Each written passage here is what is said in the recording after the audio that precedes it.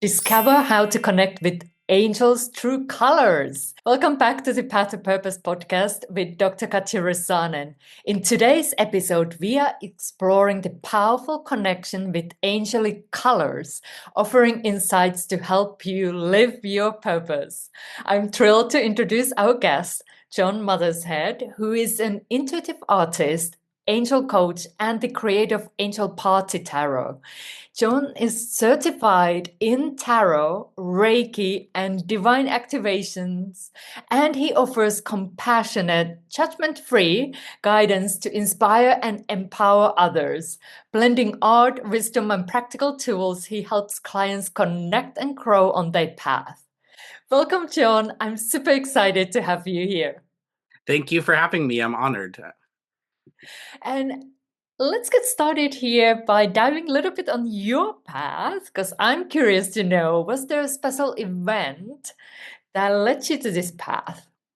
So there wasn't one isolated event, but definitely a lot of little breadcrumbs that kind of guided me into the spiritual world, and then the world of angels and color. I actually started my intuitive journey by buying tarot for dummies as a joke. I just planned on kind of using it as a party trick, and as I traveled the world. But I learned that I loved the tool for connecting with strangers and connecting with various different people around my community, but they're scared of tarot. So I quickly switched to angel tarot, which is like a softer message and easier for the client to consume. And that just led me down a rabbit hole of studying with a shaman, and then studying with my more recent mentors, Radley Valentine and Dougal Fraser, and eventually during the pandemic, Radley and Dougal did a class called Angels and Auras, and it just everything kind of fell into place, and that led me to where I am today. Love that. It sounds like angels guided you to find those breadcrumbs on the way. Yeah, And I definitely didn't know it at the time, but that is precisely what was happening. Yes. yeah, all it takes is our willingness to say yes and keep going. So love that. And let's talk about more about this angelic colors. So can you first share, like, how can understanding angelic colors help us to connect more deeply with well, who we are and what we are here to do? Because that's what you shared with me. So first, I want to start by saying that when I visualize or interpret angels, I don't see them as humanoid beings. I see them more as a colored energy. So what I love about color, and specifically using it to connect with angels, is that color is so accessible. Whether you believe in angels or not, you can enjoy color, and each color has an energy or a meaning when we look deeper into it. So for me, copper and orange is a color of Archangel Gabriel, which is all about creativity and communication. Rose is Archangel Jophiel, which is all about self-care and restoration. Green is about health and humor and is my color for Archangel Raphael. So once you start understanding the colors, their meanings, and the possible angels that they're associated with, you can really kind of unlock that superpower of creating magic in your life, inviting synchronicities, and it's a really powerful tool to start to put into your spiritual toolbox. And what's the best way for someone to figure out which angelic colors resonate with them and use that to support them in daily activities? Sure. So what's beautiful is we already all naturally have a favorite color. And often our favorite color will evolve over time. So it's really easy for people to, when they're picking out a clothing item or they're choosing a design for their home. Yeah, I like your purple. That's my color for Archangel Jeremiel, and which is all about transformation and change. So subconsciously, when you're choosing that, there could be a special meaning behind that.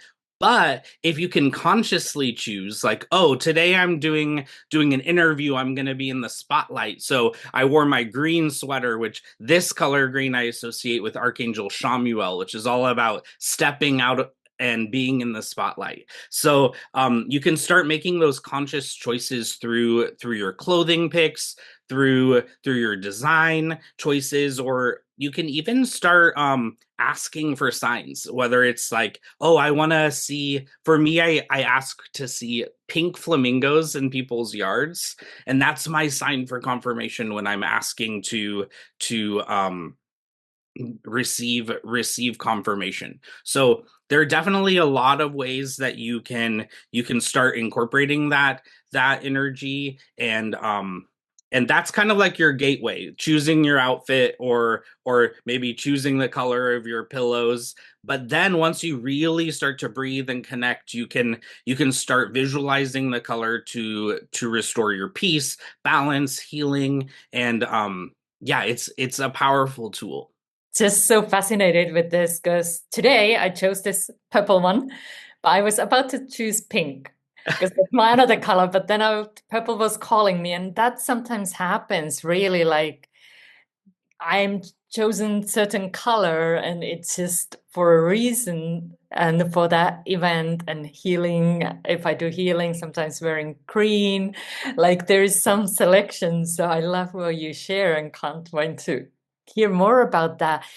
And can you share a little bit more of your personal stories, like these angelic colors and how they have helped you find guidance, clarity, or maybe even healing? So most of my color experiences are just like really casual. Like I said, I'll ask for a sign.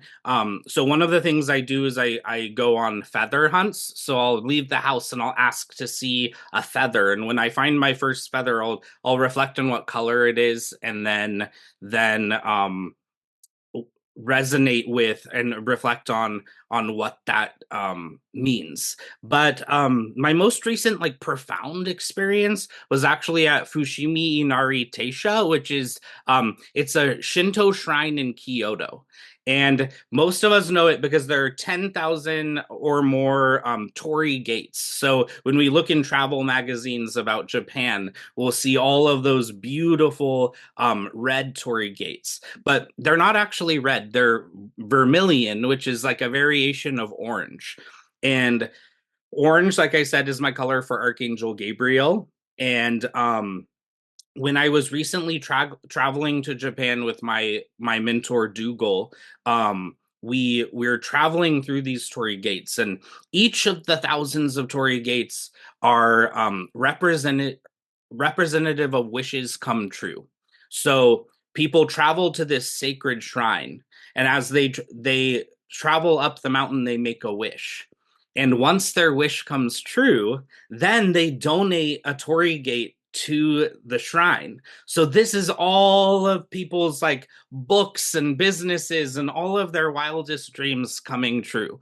So walking through all of those torii gates and connecting to that creative energy and the energy of people's accomplishments, I opened up this channel that was just indescribable. And that energy really led to the completion of my tarot deck, and actually led to the insights that are leading toward my next book proposal for a Hay House. So I would say that's that spiritual experience at the shrine is one of the more like more profound moments, but that doesn't take away from all of the day-to-day moments that I have, whether it's walking through the forest and seeing a flower of a specific color, or seeing a giant billboard that's delivering a sign as I'm driving to work. So I think turning those everyday moments into, or recognizing the importance of those everyday moments is just as vital. Yeah, I love that because it's also like being open to receive those messages, like having the openness to see things from Also different perspective. Like that makes every day even magical. Yes, That yes. element of angelic colors in as well. We can bring that in creativity, whatever way that takes form, like coloring or maybe even making art. So let's talk about how that could help us to tap into the healing energy of angels, because they definitely carry that power too. For me, painting is how I get out of my ego mind and then and connect to the angels and ultimately connect with my client. And I think there's something about that creative process that when you're coloring or painting or doing something creative, it just it it allows us to connect to that divine. Often we're channeling that inspiration of our book as we're typing from something beyond us, right? We get that bout of inspiration, and that's where I think, like, I encourage others to really explore colors and explore what if there's a color they really dislike. There might be a meaning toward that or something. So dig in and dig deeper into the colors you don't like, and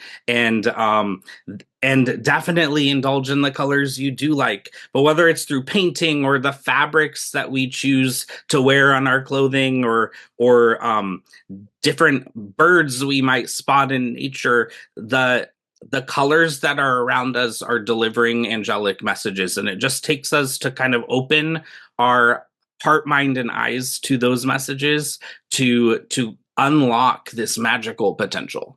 Let's talk about those messages, because what I feel called to ask next is if there was one thing, what's the key thing angels want us to know about the power of color in our lives?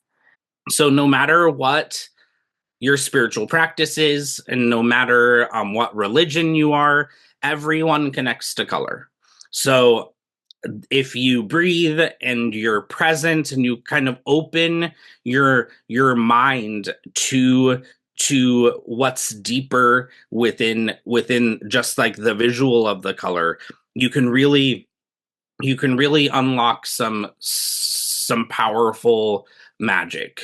The For example, light pink is inviting synchronicities.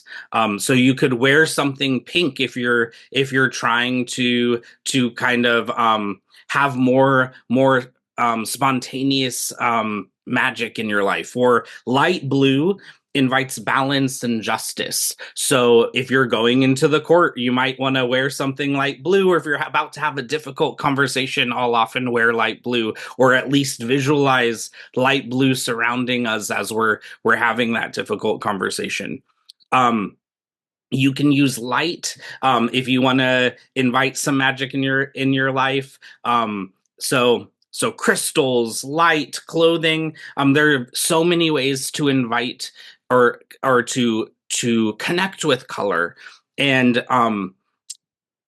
you just, no matter what you believe in, you have access to that magic. And one of the things, as you were sharing that, because when I do energy healing work, sometimes I receive colors, and whether I see them or I just get the color as a download to use during those healings. And that might be also having intention, like you said, if you need something, like if you need some support with the communication, maybe you wear blue. So I love that idea. Just having that support that is available for us. Yeah, and so often when I'm working with clients too, like the paint will just reveal itself, but also energetically, as you said, if you start to visualize a certain color, that often means that the client needs something surrounding that issue.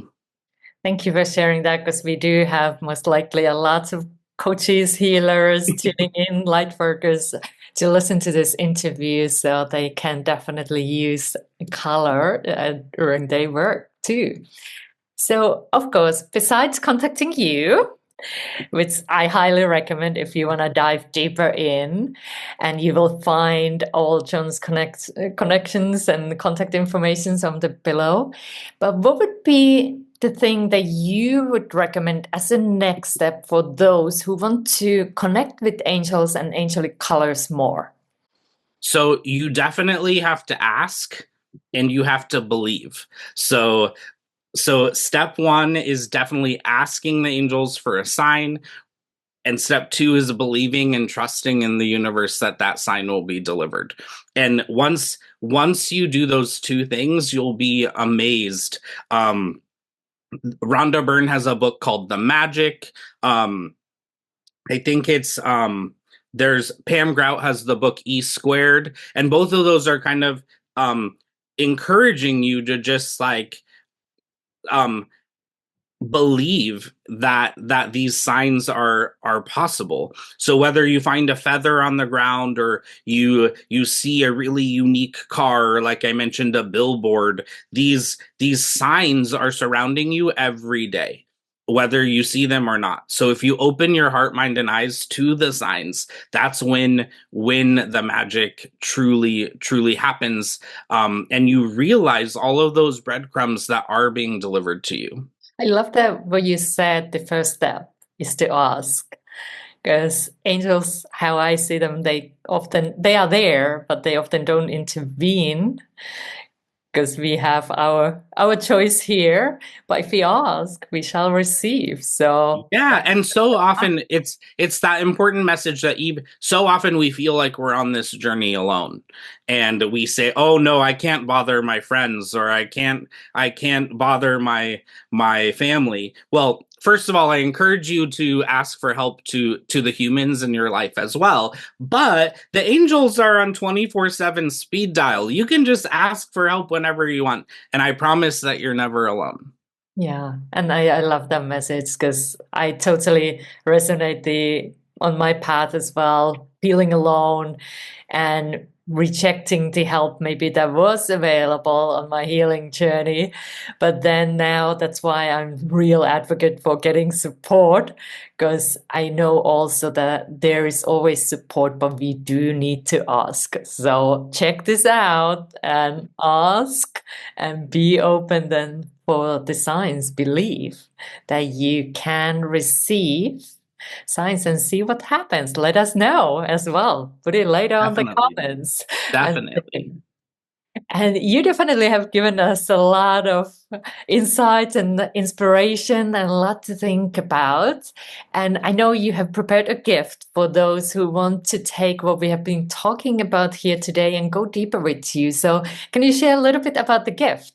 Sure. So every month I host Zoom events and I do intuitive art readings live on Zoom, and we talk about the angels and color, and we offer intuitive advice to everyone who volunteers for a reading. So if your viewers use code color, COLOR, code color, will get you your first angel party event for free. So feel free to go to johnmothershead.com and use code color to attend one of those events. And we can dive deeper into the exploration of the angels and color.